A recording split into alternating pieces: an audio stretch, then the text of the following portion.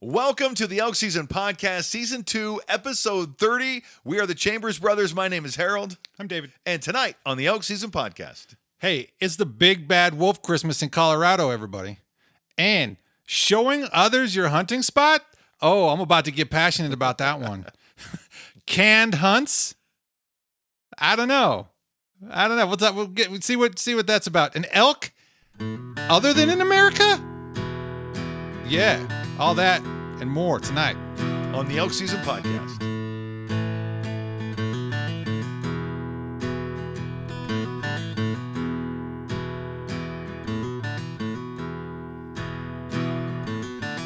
Merry Christmas, Colorado. Merry Christmas. You have wolves. The Colorado Division of the Montana Fish, Wildlife, and Parks has unwrapped a nice package of 4 brand new wolves for This is such an incredible story because last week, the number of wolves in Colorado was cut in half. Yeah, we talked about what the one crossed over into Wyoming. Yeah, right? They were called over the border from Colorado into Wyoming and killed more than half of the wolves in Colorado, which is like 4. Yeah. And this week, the number of wolves in Colorado has doubled, and it's going to triple soon. Yeah. And so they have more set off. Now we're hearing, I don't know why, there were wolf pups born in Colorado last year. Yeah. And that's what the first pack was. There was not outrage. There was not internet outrage about wolves in Colorado. Interesting. Now that they've been released by the state, there is outrage in Colorado. Yeah, it's a funny thing, isn't it? We have been through it. Idaho, Montana, and Wyoming, we have been through it. And please stop. Consider the data as it's been collected, and please ignore the rhetoric. Now, I understand, and you were showing me something right before the podcast where there's some pretty strong feelings. And I'm not here to bash on anybody's feelings, but I'm going to say that it does feel misguided. Very, when you look at the data, I'm sure that the wolves are going to affect some individuals. Yeah. And some individuals' livelihoods. But there's compensation programs put in. Yeah. And if you're paying close enough attention to your cattle, you'll know when something happens, your cattle or your sheep. You're going to know when something happens. Does that mean it's not going to be frustrating when you have to deal with another missing animal or dead carcass? So, Wolfer by Carter Niemeyer. Yeah. Okay. Read that book and you will understand what an autopsy on cattle is like. And every single rancher is like, hey, I got wolves up here. I got cattle that are dead by wolves. All right, I'll come up and see it.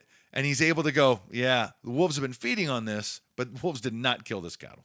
Interesting. Oh, yeah. So I would say maybe 20% of the ranchers' claims that were killed by wolves were not, only 20% were killed by wolves. That's an interesting situation. I don't know what the actual number is. That's my interpretation. Is it possible that there could be a scenario where a pack of wolves is living near a particular ranch, so one particular farmer or a couple of farmers or ranchers get hit particularly hard because of predation from wolves, and that could also fuel. Of course. So I want to keep that in mind. But a wolf's range is so enormous. They're so big. Are they bigger than ranches? Yeah. They're bigger than a lot of ranches. I mean, 250 square miles or something. It's so gigantic. So they will. And again, typically it's the younger wolves, the curious wolves that come in and do it. But it's also a part of, hey, you got to train those wolves. Yeah. So like we talk about training those bears. Yes. Yell, make noise. Yes, yell, make noises. I can't say shoot at them, but make loud noises. Yeah. Make them scared to be around those cattle. Yeah. And they should be. So I'm sure there's going to be some AI thing, right?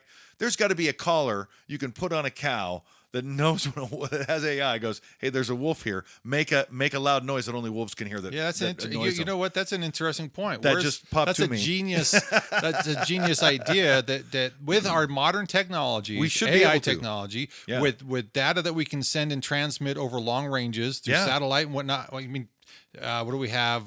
The internet, SpaceX internet. What is it? Yeah, Starlink. Starlink. Yeah. Yeah. Sorry, clearly I don't remember. Yeah, these and things, T-Mobile is going to be offering soon So- straight to phone. It's straight to phone from Starlink. It's like having an inReach on your cattle. Yeah, You could get real time data. So we could get better data. that sounds really expensive. It's starting to sound really expensive.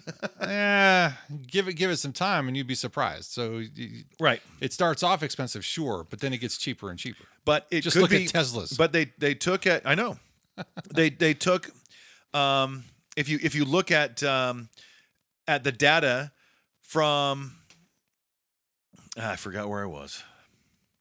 Well, we were talking about how expensive it could be, and having cattle and having like an inReach on your cattle. Yeah, Any of that sparking. your So memory? yeah, it does. The conservation effort should fund that for the cattle growers. Sure. I mean, a portion of that, just like when there is a confirmed wolf kill. Oh, okay, here's a check. Yeah. I'm sorry that happened to you. That's, we're trying to do something, or they're trying to do something. So there are some ranchers that are outraged, Sure. and there are some I don't know, conservationists that are very, very excited about this. And if there's anybody that should be worried, it should be elk hunters. Okay. Why? It should be elk hunters because of the precipitous drop in the elk population that's coming. They're going to kill a lot of elk. And that data showed in the Idaho, Montana areas. Yes. Okay. Yeah, and it's big. It's big. I mean, the population has stabilized now, but and they were fully, and I told you this just before the podcast, they were culling elk in Yellowstone. Yeah. 20,000. They don't allow sportsmen in. Right. And then they killed all the wolves. They had to just wholesale murder elk because there wasn't anything there to do that job. Yeah. And they don't have to do that anymore. Because the symbiotic relationship between the elk and the Yes. wolves has helped stabilize those populations, Right. which has apparently over time began to happen here in Idaho and areas But with now wolves already. it's different. This is not Yellowstone. No. We have, let's say, a love triangle, Yes. right? We need to hunt more wolves so we can hunt more elk. Yeah. That is very, very true. Idaho is looking to get rid of 90% of their wolf population. They're looking at paying government contracts to pay trappers to just get out there and just bring some in because we're losing elk tags. No one has more to lose than the Colorado elk hunter, the Colorado elk hunting industry. That industry, there's more elk in Colorado than Idaho and Montana put together. And the wolf reintroduction is going to mean a lot to the elk hunters in Colorado, which will automatically increase the pressure where we're hunting and where we want tags. It makes me wonder if Colorado will do something different in terms of their management processes as the wolves. Like, what could we have done differently for that over here in Idaho and Montana that they might learn from, that they might be able to manage it more effectively? Will they? I don't know. Is there something? I don't know. Yes, hunting licenses sooner and destigmify wolf hunting. Okay. I mean, that's it. The sportsmen. If you want elk to hunt, you should kill a wolf. You just should. I mean, if you want more elk to hunt. I mean, we're not having problems, right? I mean, other than not killing elk very often. Yeah, and it's but it's not because we're not seeing them. It's not because it's not because the elk wolves aren't there. have killed them all. Yeah, the wolves definitely didn't do that. And I know you hear stories all the time in Montana. Oh, when I grew up, there was elk as far as the eye could see. Yeah, it was a problem. It was a problem, and they complained about other things then too, because the elk would come in during hard winters, break down fences, and eat all their hay. Yep. So you can't make everybody happy all the time. But having been through the wolf reintroduction program in Montana and hearing rhetoric that just sounds ridiculous on its surface, the amount of times I've heard people with genuine concern in their voice about having their children killed by wolves is just beyond me. Yeah. But I've heard that same worry in my son's voice. I saw a couple of wolves when I was out elk hunting alone, And I told him, I go, hey, I saw some wolves. Okay. And Woody goes, oh, that's awesome. And I go, you weren't worried? I go, no, I was gonna, I have a tag. If I would have got closer, I would have got one. He goes, what about the other wolves? If you kill one wolf, won't they come after you? No, no, they don't want to have anything. Wolves are really hard to kill. If you're not wholesale poisoning them with carcasses on really cold winters, they're really going to be hard to kill. And it's a new industry. It's a new industry. I am on a couple of wolf hunting Facebook pages. So it's Hunt Wolves Now on Facebook, which is great, and it is Facebook Wolf Hunters, or it's another group that I'm a part of on Facebook that I like seeing all these guys out there harvesting wolves, because we just need better management, because it is a love triangle. We have to balance all three sides. Yeah. I'm not for eradication of the wolves. I'm for better management of the wolves. Yeah, I would agree. And why not make that sport? Why not? Why have trappers do it? Why isn't that such a great sport? Why aren't we doing more wolf hunting? Well, there's probably some ranchers out there that would support you. Okay. But the data, and I haven't vetted this website that you posted this data from, but SierraNevadaDaily.org. Okay. And this is just Idaho numbers, but I would bet that it's probably not wrong. I'd like to see how it compares to Idaho Fish and Game. Yeah. But 2.8 million cattle and sheep in Idaho in 2021 or 2021 survey. 173 were killed only. 173 killed. Right. The percentage of animals killed, I think, versus the rhetoric that we hear about how many animals are killed are vastly different. Now it does make a difference when it's your animal that's killed. Absolutely. And I say that about dogs because that TikTok we watched talked about family dogs too. Mm-hmm. And I have seen ring video of wolves coming into a backyard, and that dog's in 5 pieces in a second. Ooh. I mean, it is. They are territorial. And there was that. And I sent you a news bit on that northeastern Oregon. Rancher who lost his Pyrenees. He said. Yeah, they're very territorial. So we're in a really unique position, Idaho, Montana, and Wyoming, because we have wolves. There's too many. Tags are cheap. They're looking to hire people that are just good at killing wolves just to get elk population. Well, to get rid of some wolves to boost the elk population so Idaho can sell more tags. So it's a great love triangle story. But here's the problem. What can Washington do about their wolves? Better management. Nothing. They're endangered. What can Oregon do? Nothing. They're endangered. What can Colorado do? Nothing. They're endangered. You can't do anything for that population yet. And it's gonna and the lag time for law changes. Everything all right? Yeah, my signal strength looks really weak, and anyway, it's not a big deal. I'm just very emotional today. I've been reading about wolves all day, and I'm excited to talk about wolves. Are you excited about wolves? I love the return of the wolf story. I think it's great, and I really want to hunt wolves. It's a Merry Christmas to the Rocky Mountains, really. So because we're Idaho, Montana, Wyoming, we're in the Mountain Northwest. We're Idaho. We know what Colorado's going through. Yeah, and what they're gonna go through in the next 15 years. Actually, the next 30 years. It's been 30 years. Yeah, it's crazy. But 15 years before only 15 years before you could buy tags for wolves. That was fast. Yeah. I mean, right? 2008, 2009, it wasn't very long ago. Yeah, I don't remember.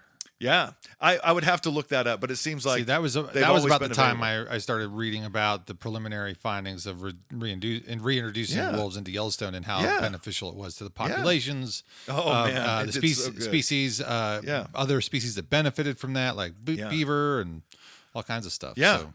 Yeah. And so we know what Colorado's going through, and now we know what Arizona, New Mexico, and Utah are going to go through. Yeah. Because we know what Oregon and Washington are going through. Right? They didn't ask for the wolves to come back. I don't know how they kept them out of Canada. If there's a wolf-proof fence. If there's a wolf, there's a way. Yeah, I know. But and they're already finding wolves in Colorado. Or in California. Yeah. As far as south as California. There's probably a grizzly down there. We just haven't. No one's seen it yet. There's no way. Well, you know what? You know that one sow that took that 150-mile trek or whatever. I'm just saying. She was in downtown Kellogg, Idaho. Yeah. And on GPS. And was not saw it. spotted, was not reported to have been seen. So, yeah, I guess maybe it's a bit of a stretch. I'm just saying. But know. the wolf population, if you want to do something for the elk population, please buy a wolf tag and hunt a wolf. It looks really fun. There's different rules. It's always cold out. I've been watching a lot of coyote hunting videos. And those look really fun just because it's wintertime and you get to sit and call for a little while and then you can hike. And wolves are going to be much, much harder. Much harder. They're in much more rugged terrain. They're just deeper in the backcountry.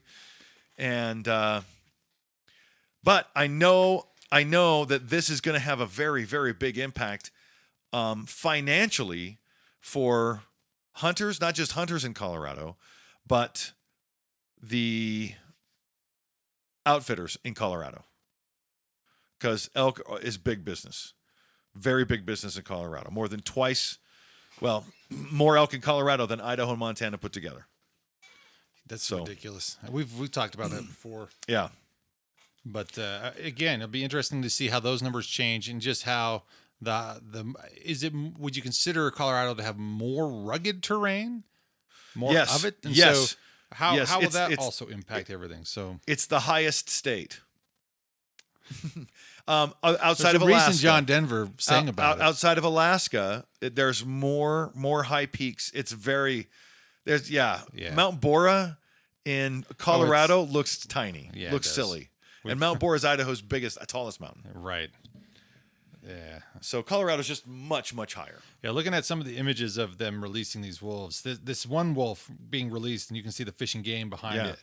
He's like, I'm here, Colorado. He has that look of, I'm here, Colorado. I'm here for your wolves and maybe some sheep. Yeah. Mostly, I'm here for your wolves. Did I say that wrong? I totally screwed up my own joke. That's all right. I'm going to say, I'm here for all your elk and some sheep. They're there for your elk. They are elk. there for your elk, and they're going to get them. Maybe a dog. Anyway.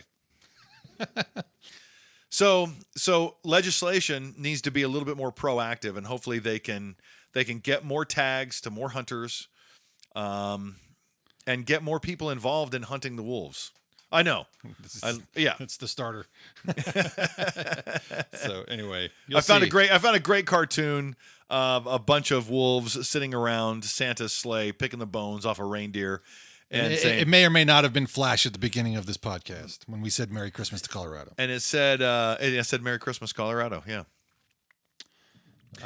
You have wolves back, and I think it's going to be a positive thing.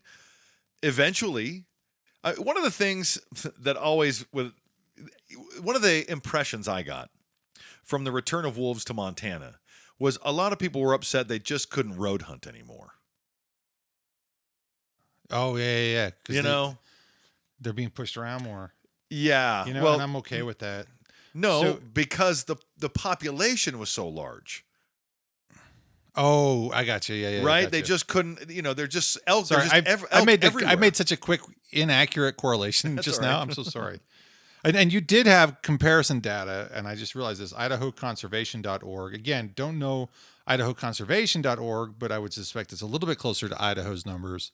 Still not necessarily fish and game. I'd like to see Idaho state numbers, but they give a similar bit of information related to, it doesn't say a year here, but they do say 81 cattle, 92 sheep in a particular season out of 2.8 million cattle, 220 domestic sheep, basically a 0.006%. Yeah. So they look like basically the same numbers from the other study. Yeah, and so interestingly enough, if these numbers are accurate, 81 cattle, 92 sheep deaths related to wolves. More sheep than wolves. I mean, more sheep than more sheep than cattle. But that's aside from 40,000 Idaho cattle lost each year to non-predator caused disease and weather. Yeah. Exactly. So you lose more Exactly. livestock to the weather and other things. Like, Yeah. there was. Like I said, when Carter Niemeyer would do his necropsy, he would be like, yeah, I'm sorry, but wolves didn't kill it. And so they're like, oh, yes, they did. I'm mad at wolves, and they want to be mad at wolves. Yeah. And it wasn't happening. Yeah. I know. I heard of somebody back in 2000 who lost, I think, a herd of cattle to a range fire here in Lincoln County. Yeah. So. Yeah. Devastating. So there's a lot of things, and this is one more thing some ranchers do have to worry about. Yeah. But it should be about 0.06% of your worry. It's a really small amount. Hopefully, it doesn't mean that your emotions and feelings aren't real, but it doesn't correlate with the data. Yeah, yeah, and the amount of the amount of similarities that Colorado is going to see between Idaho and Montana. Did it go okay? Yeah, you're fine. Oh.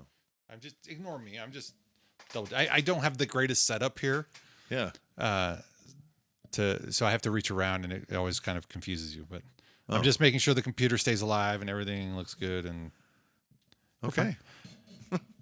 sorry, and I have a little notepad. Hey, Yeah. how about that? So where are we going to next? We have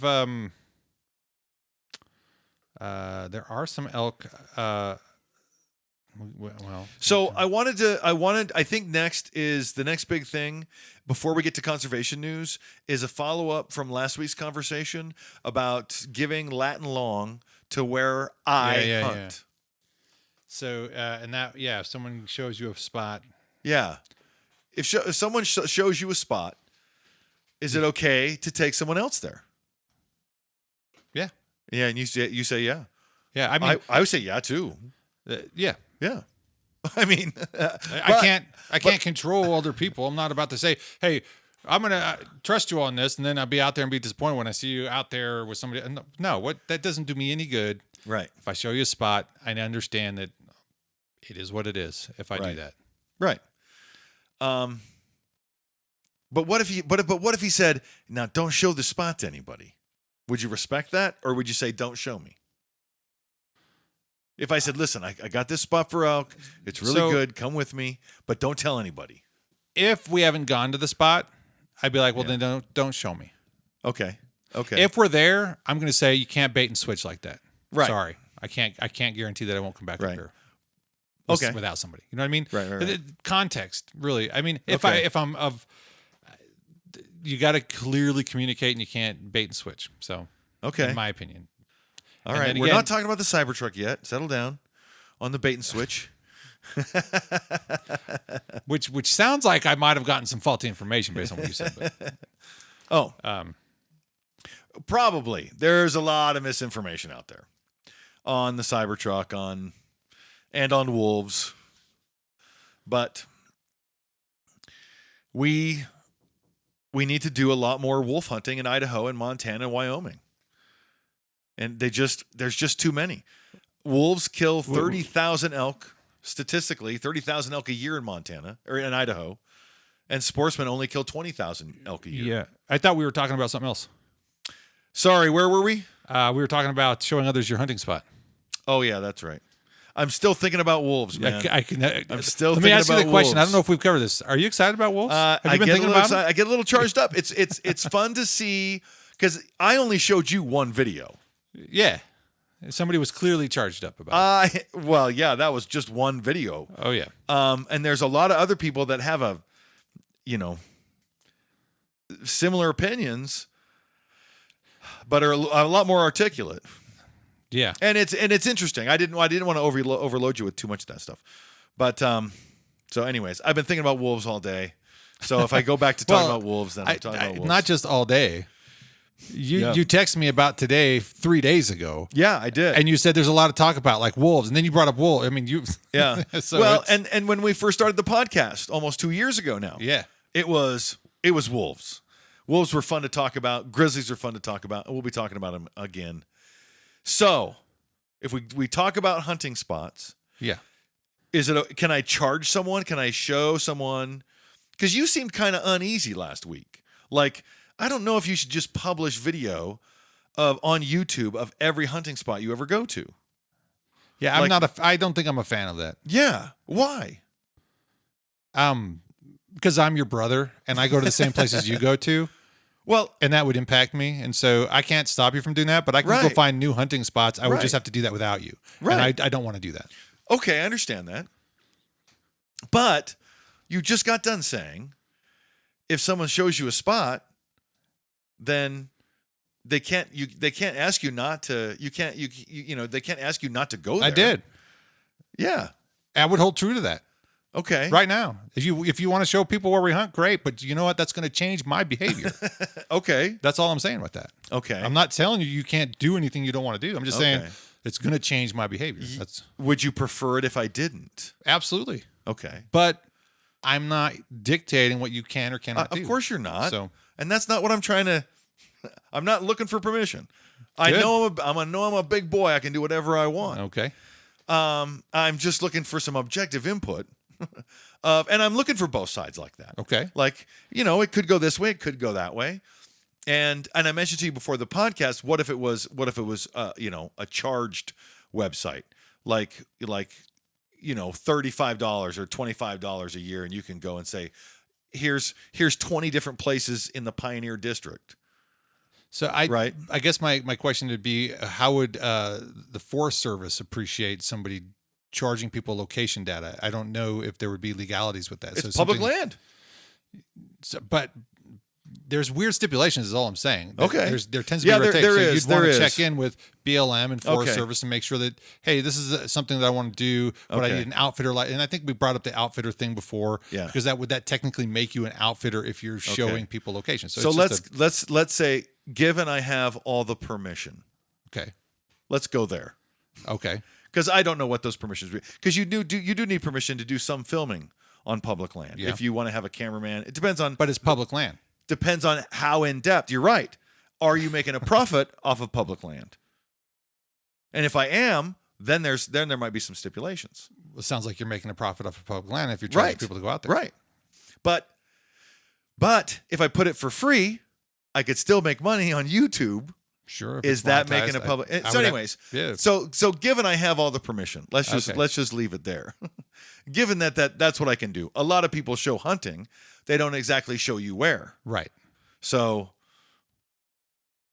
are they paying for that public land? I mean, are they giving a portion of their proceeds to the public trust? I guess if they have permission to, if they have permits to film, then I guess they do. And I know Nuremberg, because I know Randy Newberg was talking about making sure he had film permits when he went out. So I know that's a thing. Okay, so you're saying given that you had everything in place, what's the question? Given that I had all the permission, what would you think about a website that charges for that information? So, I'm thinking about a guy in Kansas or a guy in Florida who goes, man, I really want to bow hunt. Or I want to archery elk hunt. It takes the fun out of it for me. Where do I go? I need something specific. I don't have time to go all the way to Idaho and try all these campsites out to know exactly where I should be hunting elk. I have a very, very small window of time. I need to fly somewhere. I can't afford an outfitter. I just want to go. I have everything I need to kill an elk. So I just need to go there. Where do I go? That guy needs help. Yeah. I guess I don't know how to respond because I'm feeling my biases here, just kind of really stuck in a rut of it doesn't make any sense, and it just feels like data offered to one is offered to all, which means more opportunities for encroachment of a challenge that I've never been successful at already. So my lack of success of harvesting is my bias here, because every extra piece that comes to my hunting position every year, every fall, reduces the likelihood that I'll be successful. And it's frustrating every year. And so to hear those kinds of things, Yeah. so I'm just calling my bias out and letting you know Yeah, you are. where I've really been at for, 10 years. Yeah. And so I'm not that excited about having extra elements there that are already difficult for me to try to master on my own because I'm a first, and so that data might be great for Joe, whoever and whatever, but it's bad for me who's still trying to figure this out. Right. I don't have those successes. I don't have that history. So I guess to me, it's not that interesting. It takes the fun out of it. And I'd be likely to want to stop hunting because I just don't see the fun in it if nobody's going to be challenged with figuring out how to get those things on their own as I've been doing it. So call me a bit of a buzzkill here, but it just seems like all the stuff you're in a mood. You're in a mood. Maybe we should do the wine testing first. You asked for an opinion, and so I was letting you know that I'm biased. I'm getting it. I don't have to talk about it ever again or anymore. I'm just saying that's just where I'm at with it. I get really exhausted at having all of these other things when I just want to go out and be successful, but then there's other hunters and there's other people and there's other things. And I just want to go out and hunt. I don't want to worry about who's, it's kind of like my time. It's for me. So call me selfish. And that's kind of what hunters do. Are you worried about me going into where we hunt? I would never do that. As much as I'm talking about it, as much as I'm talking about this, I would go to places neither of us have ever been. I would find all new places. I would never. I would keep my places to myself. But see, I guess it comes back. So to get out of my weird spot here, all you're talking about is being an outfitter. I mean, an outfitter might have a range of costs. So you're talking high end versus low end. Yeah. I have no it's not a big deal to me. Okay. But the way that you were describing it and talking about it made me feel like it's really about, because all I have is the experience that we have. So my bias is there because all I've ever done is what I've done with you. So it's not that I meant to be on a box of any No, kind. I have this feeling. We talked last week about how I said I looked at Google Earth and I said, look at this terrain. I think there'll be elk here. Let's go put cameras there. We put cameras there. There was elk there. Yeah. Now I bet I could identify 1,000 more places where we can find elk in September. And go to those places one time, publish that data. We hunt where we hunt. I'm not giving up that data. I mean, I was never. I mean, I might the one place I shot my bull. I might give that up, but it would have to be diluted with so much other data. For me. Well, at the end of the day, yeah. Do whatever you want. I will. Man. I will. I didn't mean to get so. Do whatever you want. Not an opinion. I don't know what point I was trying to make with my little rant there, other than it just my bias obviously was okay. So anyways, well, last week I asked you to stew on it. I didn't think about it since last week, so my apologies. And that's probably what caused me to burn out right now, to be honest. So let me do this again. Stew on it again. Because really, if I can go on Google Earth and I go, oh, I would love to take that. I love the Idaho wilderness. I love stupid reasons to go hiking. But why not enable somebody to learn how to do that for themselves? How? Teach them how to break down an aerial view of a map. You want to find elk, record yourself showing Google Earth. Yeah. Right? Yeah, I absolutely will. I absolutely will. But there's a gap. There's a piece missing. What's that? That is, how heavy are these trails used? Are there? Do you see a lot of people in the parking? Is it hard to get? Is there wet? I mean, there's just something missing from Google Earth that you don't get from being there. But you don't get the scale. You think you can hike that? You think you can hike that because you saw it on Google Earth? You're as dumb as I am. But isn't that Earth. part of the process of figuring it out? Yes, it is. It is. Why not enable people? I mean, I don't want people to put themselves in unnecessary danger, but we've done that. We drive somewhere, we get out, and we're like, maybe not. Because we can, because we're not from Florida or Kentucky, and we want those out-of-state hunters to come and have the greatest adventure you can have in this country, which is archery elk. To come out west in the frickin' Rockies amongst the wolves and the grizzlies and kill a 700-pound monster And they just can't drive out here for a weekend and go, okay, I guess I could do that later during elk season. They should move to Idaho. So, now you're opening a can of worms. Just saying.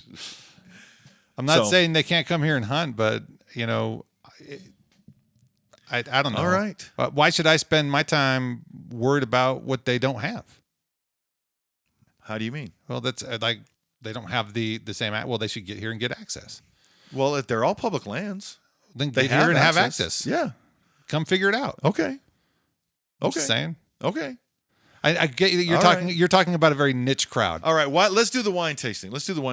My beer's getting warm. Okay, so I don't get to finish what I was saying? I'm sorry. Please finish. Okay. Yeah, it sounds to me like you're talking about a very niche crowd. Yeah. People with limited wanting to get here and get out. Right. People who don't want to hire an outfitter. Yeah. So just do it. Okay. I don't know that I'm the best partner on this conversation. Okay. Clearly. That's okay. And maybe where we meet heads, we butt heads too. So obviously I don't understand the vision the way that you are trying to. You're much more passionate about it this week than you were last week. But that's okay. That's okay. Stew on it a week. I don't know. I don't want to stew on it anymore. Really? I'm like burnt out. You're all stewed out. I am stewed out, man. Well, whenever you're ready for the wine, we'll have some. You can have some wine, give it a swirl, and then tell me what you're doing with the whole wine thing too, because I'm lost. Yeah. And then we'll get to the rest of the conservation news. All right.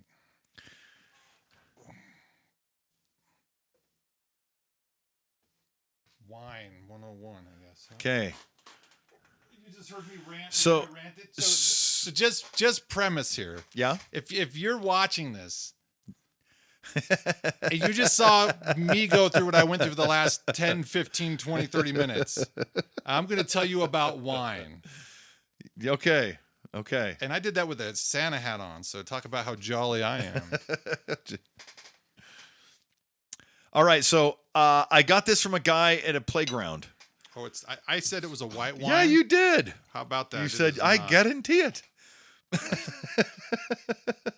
Those were your exact words.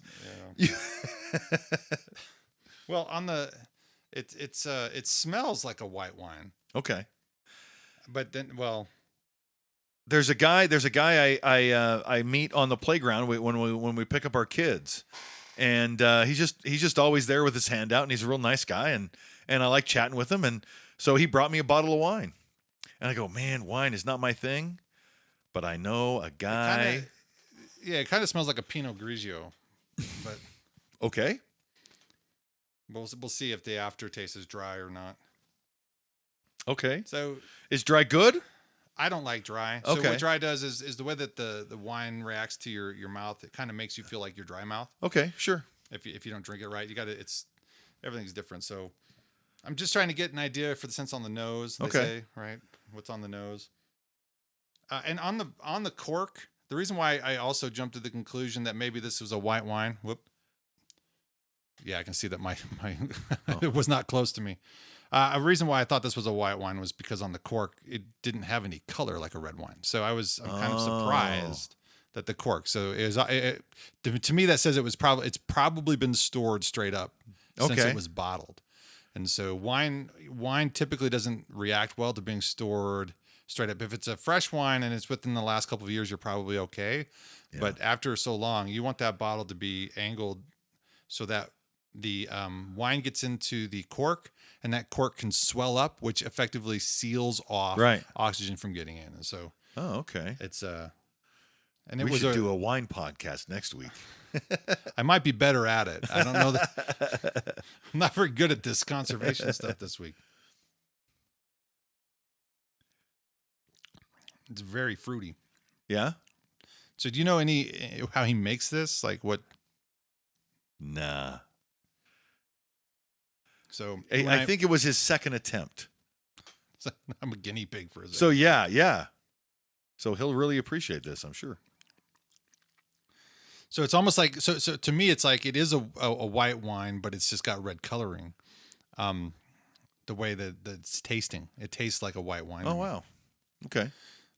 So it's the white wines are more made with like pears, and I'm getting a little bit of I think a pear flavor in there. Okay. I'm going to name all these things and Okay. be completely off, but I mean, no, it's like 4 cactuses. probably some apple, pear, maybe apple. I don't know. Apple. I'm getting apple. Okay. That would make sense. More than pear, maybe. Yeah. It's very smooth though. Yeah. For a homemade. I've never had homemade wine. Okay. And you said it was, you said he was channeling Hank Jr. Well, drinking some homemade wine. Yeah, that's somebody bring me homemade wine. That's all I can think of is country I know. boys. I know. Country boy must survive. Country boy can survive. Thank you. Must survive. Yeah. Sorry, I'm All right. No, dive right into it. It's really actually quite good. Yeah? I don't know what the alcohol content is. Not really worried about that, but the flavor Right. is actually much better than I was expecting. Like, I'm not a big fan of white wine, so when I first smelled it, when I opened it, I wasn't too thrilled. Okay. But now that I'm seeing it, and I don't know if it's a visual thing, it's a white wine that's red, so my brain goes, I could handle this. So now, do I need to drink more white wines and just add a little red wine to it so I can have that effect, or some red food coloring? But Yeah. I don't know what the red would come from here other than maybe some purple grapes. Right. And maybe that's all it is. Maybe it is just grapes, but a lot of people use pears and apples to add more sweetener. Sure. Depending on the kind of grapes they use or where they got them from. And what would you pair with that? What would you like to eat with that, I guess, is better. To pair with this. Yeah. Salmon, steak, tacos. A hot summer day. Oh, okay. It's a nice, it kind of reminds me of an ice wine. So I used to deliver beer and wine, and the sweetest of the wines were called ice wines. Oh, okay. And they were actually more expensive too, and I never understood that. Saint Chateau or Saint Chapelle, is that right? Is that Idaho? Saint Chapelle, yeah. They had an ice wine that people went gaga over, and it was just like this really super sweet wine that you put in the freezer. They call it a freezer wine sometimes. Oh, okay. And so it was. Would it become slushy, or is there enough alcohol content that it wouldn't freeze? I don't know. I don't think we ever tried that. Oh. There's other brands that would that sold freezer like adult popsicles, you know. Oh, sure. And so I think like I don't know if it was Franzia, but it kind of That's a mom hack for you. Yeah. It's kind of reminded me of those flavors, of those sweeter wines, the freezer wines.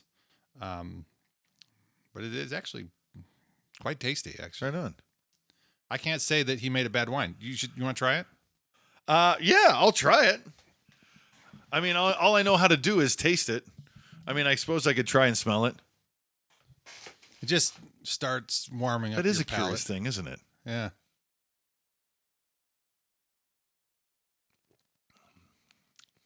Oh. That's kind of fun. It's not bad. Oh, that's kind of nice. All right, well, if he gives me more, I'll keep it. You know, one of the thing about drinking wine, it's not a bad thing to start off with the sweeter wines if you're not sure what to start drinking. Yeah. So if you're like, hey, I'm interested in wine to take with me on my next hunting trip. If you don't drink wine, don't just go grabbing the old bottle off the shelf.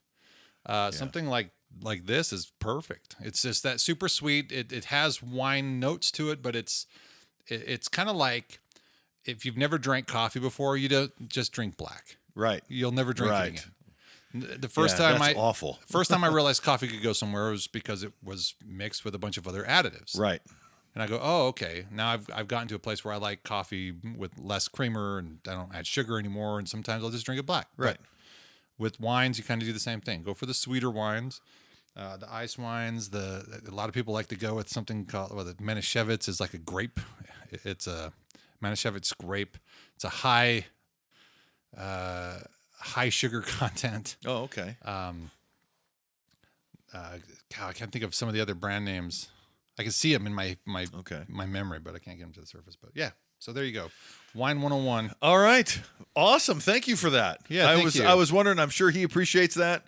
I wouldn't know what to say about it. Maybe just edit that part out for him to see this whole episode. I think I've made a fool of myself. I wouldn't even know how to open it at home. I'm like, that doesn't look like any tool I own. So love the blue bottle though.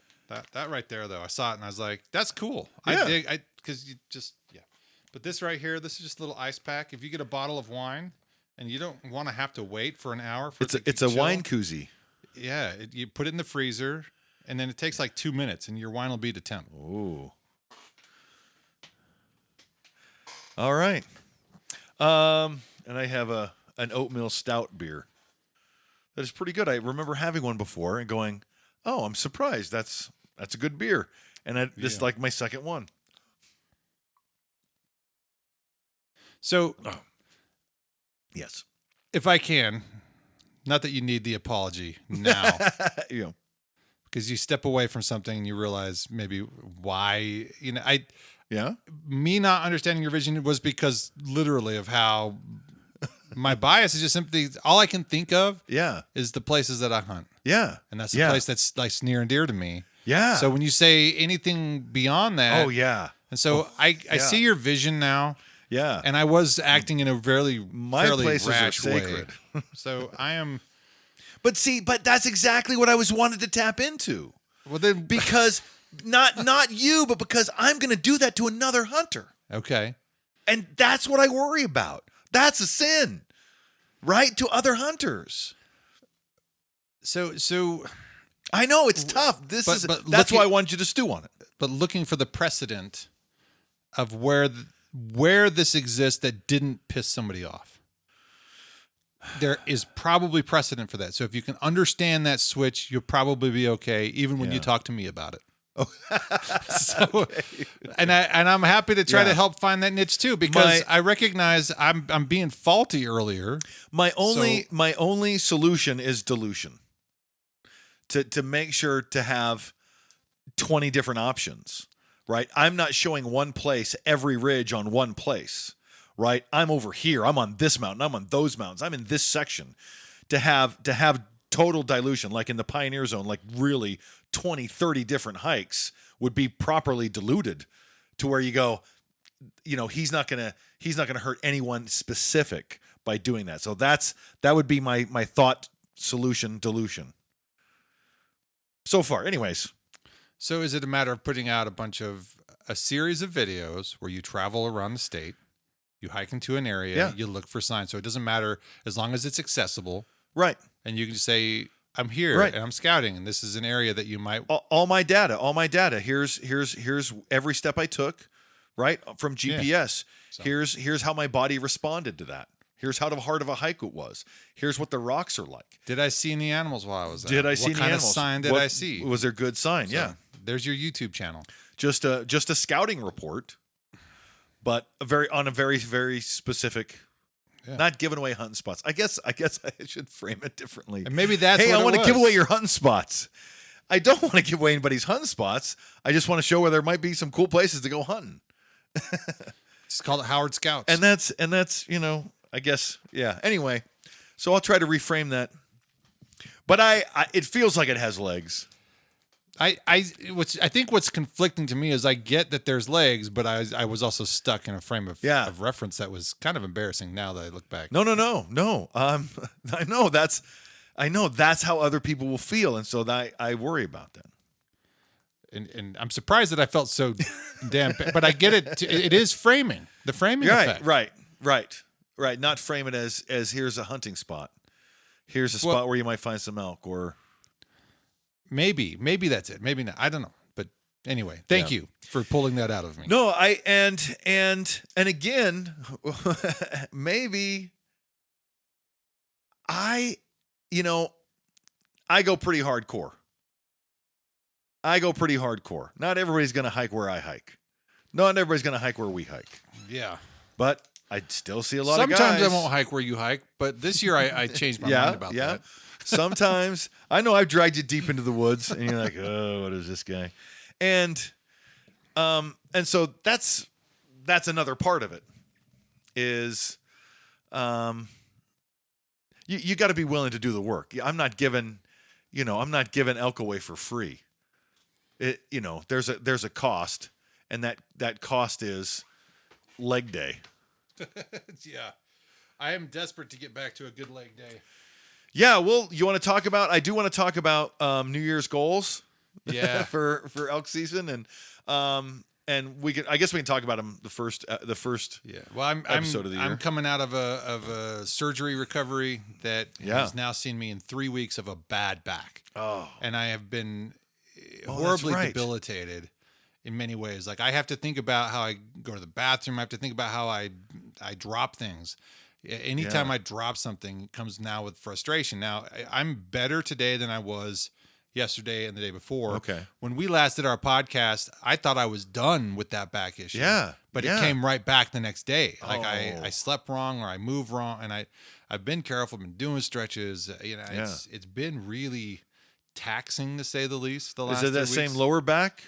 Yeah. On you, just above your hip, So, and it's weird. I thought it was just pulled muscle at first. I'm believing it's a slip disc now. okay. Because every step feels like, compression just kills me. Yeah. Okay. And so I don't know. I don't know if I felt that, but yeah, it's but I don't. Yeah, I haven't. I don't think I've ever slipped. It was a disc. It was confounded with the final week of teaching, because I had a whole bunch of grading, which means I had to sit. But it would get aggravated, so I have a standing desk, so I try to stand, but I couldn't stand for very long. Sitting is the new smoking. It really was. It was horrible, and I was so glad to get my grades in and done, because I'm like, I need to not sit anymore. Like, I couldn't grade too hastily, of course, but it was really, really tough. But we can maybe start off at the beginning of the year talking about, because we still have a few things left today to talk we about. do. Yeah, we do. Now that I'm done ranting and venting. Yeah, and wine tasting. You know how we do. Isn't it funny how wine just turns you around every time? Hey, wild game increasingly raised in captivity for profit. What's that about? So the question is it hunting?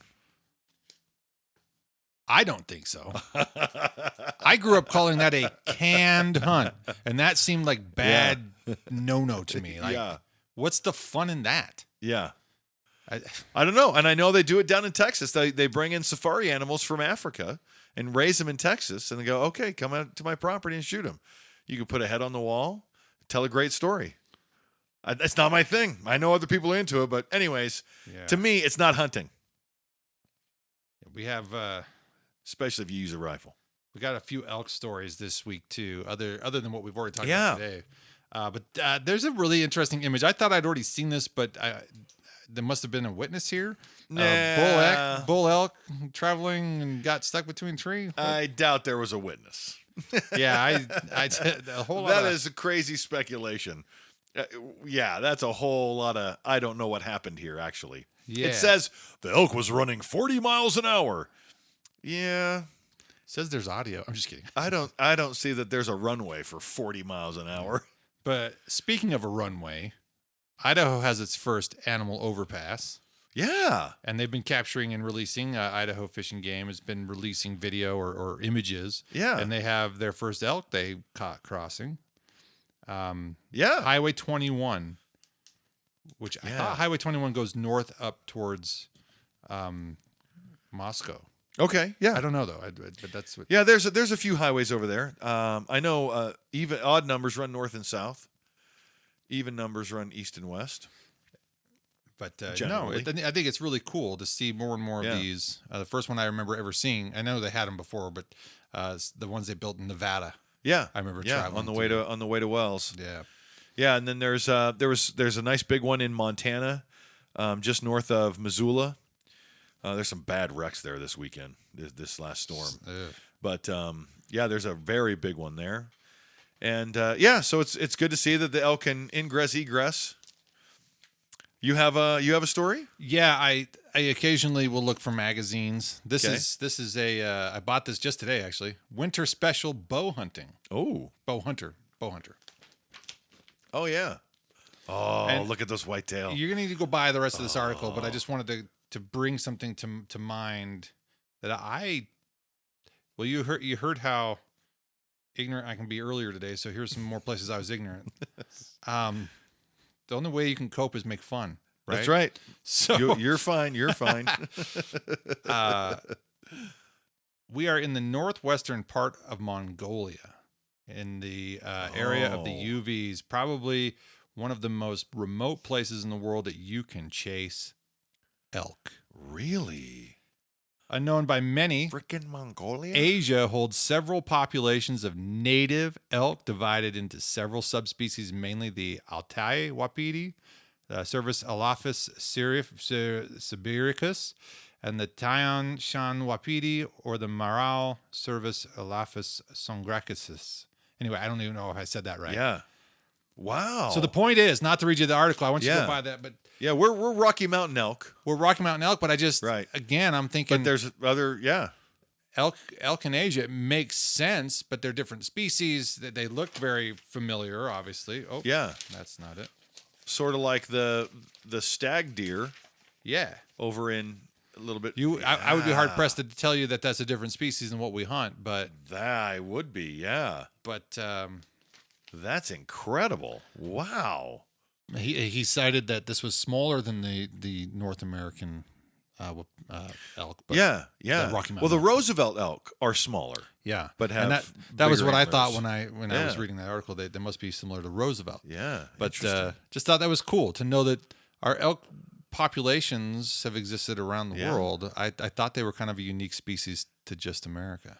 Well, I figured there was some relation, but Europe has had more Western civilization, more guns, basically, for a longer period of that's time. true. And so we could have lost a species gone completely extinct because of guns long before North America had that ability to mass kill. And boy, did they. Boy, Daniel Boone was just... Well, it wasn't just Daniel Boone. No. All the frontiersmen. A lot of people. The frontiersmen. Yeah. Even in Mesoamerica, I read about a story of after you have individuals from Spain populating Central America. Yeah. And it's now New Spain, right? Rather than instead of it being Mexico, they called it New Spain. Oh, right. And so you have these populations that move in, and there are accounts. I forget where I read it, but of a guy having a contraption of all these guns, basically to shoot the waterfowl that he's going to spook off of this lake. So you set up all these guns on this rope trigger, and then you have something go spook. You like throw a rock, the birds will fly up, and you boom, and you can kill all these birds at once. So mass killing has been around. Yeah. So anyways, and I think that's when we talk about the grizzly population in Norway and Sweden, how they're genetically identical to the grizzly bears out west. Yeah. They've had a different amount of time adjusting to Western civilization. I don't think there's any wolves in Europe, is there? I'd have to look that up. I don't know. Don't quote us. They've been vilified in literature since the beginning of time. But anyway, elk in Asia, just not something I thought of. Awesome. So when we say elk is the greatest outdoor sport in North America, we can now also say it's probably the greatest outdoor sport in all the world. It just might be. I don't know all the world. He did say that. Africa's pretty cool. He did say in the article that bow hunting elk in is it Kazakhstan or is illegal. Oh, so he couldn't hunt in one country, but he could hunt in with Mongolia. A bow. Yeah, isn't that peculiar? And it's probably because the population is so small. I mean, there's just so many people over there with guns. This last article that we have here is close to home. And I kind of saved it for last on purpose, just because I have a curiosity about what happens in our waters here in the Twin Falls area. Yeah. And I'm very sad to see this. Okay. All sturgeon in the stretch of the river that we have worked to try to mitigate exposure to the mussels. What were they called? The zebra mussels. Zebra mussels. Yep. More fish kill off than we would like, and sturgeon. We've seen people fight sturgeon on that river. I remember mountain bike with you one time, and there was a boat. They were fighting. And that thing's gone. It's dead. They're gone. Yeah. So I'm sure they'll be back. They'll get them back. But the sturgeon live a really long time. They're gigantic, and their return will be slow. Yeah. Yeah. The other fish should be pretty quick. And in case you stumble upon this podcast and you're like, what are you talking about? Here in the Twin Falls area, we had invasive species. Yeah, mussels. it was an invasive mussels. species. Was it zebra mussels? For some reason, I think so. Anyway, be an invasive mussel. Yeah. Was found, and they closed off water from. You couldn't access it. You couldn't put your foot in it. Then they poisoned the water. Right. With something known to kill these mussels, and unfortunately, it killed a lot more than just that. Yeah. And it turned the whole river green. The river was green before that. I mean, greener. Oh, I guess I didn't see that. Oh, I didn't really look. Though. No, I mean, because they dumped it in above the falls, so even the falls were green. Oh, I didn't. Oh, see it that. was cool. There's some cool photos. There's some cool. Yeah, like Shoshone Falls. Yeah. Oh, okay. Yeah. Huh. Yeah, that. Yeah, it's an unfortunate situation. So. Yeah. Well, at least we're keeping track of the invasive species. I mean, letting them run rampant is. Well, let's hope it worked too. That's the other thing. Right. Is it 100% complete? Because did the current drag all this stuff into the current and not allow it to get to the shoreline? Yeah. Did trace amounts get to the shoreline and not really kill this mussel? So I don't know. I think that's why they had to put in, because I don't think there were mussels above the falls, but they put the poison in above the falls, so it was properly diluted by the time it hit the shoreline. And is it and everything. Milner Dam all the way to Milner Dam? No, not Milner. Not Milner. I have the wrong dam. There's over in Hagerman. There's a dam. Yeah, I thought that was Milner Dam. No, Milner Dam's at Milner. Oh, sorry, that's out Murtaugh, out past Murtaugh. Sorry, wrong way. I went the wrong way. Anyway, because they blocked access all the way to that lower Snake River Dam. Oh, okay. Down in Hagerman. Okay, I don't know which one that is. Oh, yeah. I know where that is. I don't know what it's called. That dam. I got some cool drone video of it though. Yeah. Back in 2017 when Snowpocalypse hit. There was just heavy water everywhere, and I just took my drone everywhere and tried to get tons of video. So, yeah, it was cool. Are we doing this again next week? You know what? We don't need to. We can go. We can go next. We can go first of the year. We did 30. This is episode 30, right? Episode 30. And what would it be? 250, 54 days. No, it's gonna be less than that because we were on a Wednesday last time. I know. I was thinking about, do we talk about how many days till hunting season, or do you just wait till the beginning of the new year? Yeah, at the beginning of the new year, we'll cover our goals. We'll cover our weight loss goals, our fitness goals, and we'll cover how many days till elk season. We'll get on top of the water situation. The wolf situation in Colorado is going to take years to develop. But it will be developing quickly. Over the next 5-10 years, we will see a lot of information. Yeah. A lot of cool data. And a lot of ring cameras. A lot of really cool stuff, I think. So. All right. In the meantime, read Wolfer by Carter Neal. I know I said that already. And Decade of the Wolfer. Okay, I'm done. Have a Merry Christmas, everyone. Happy New Year. Goodbye.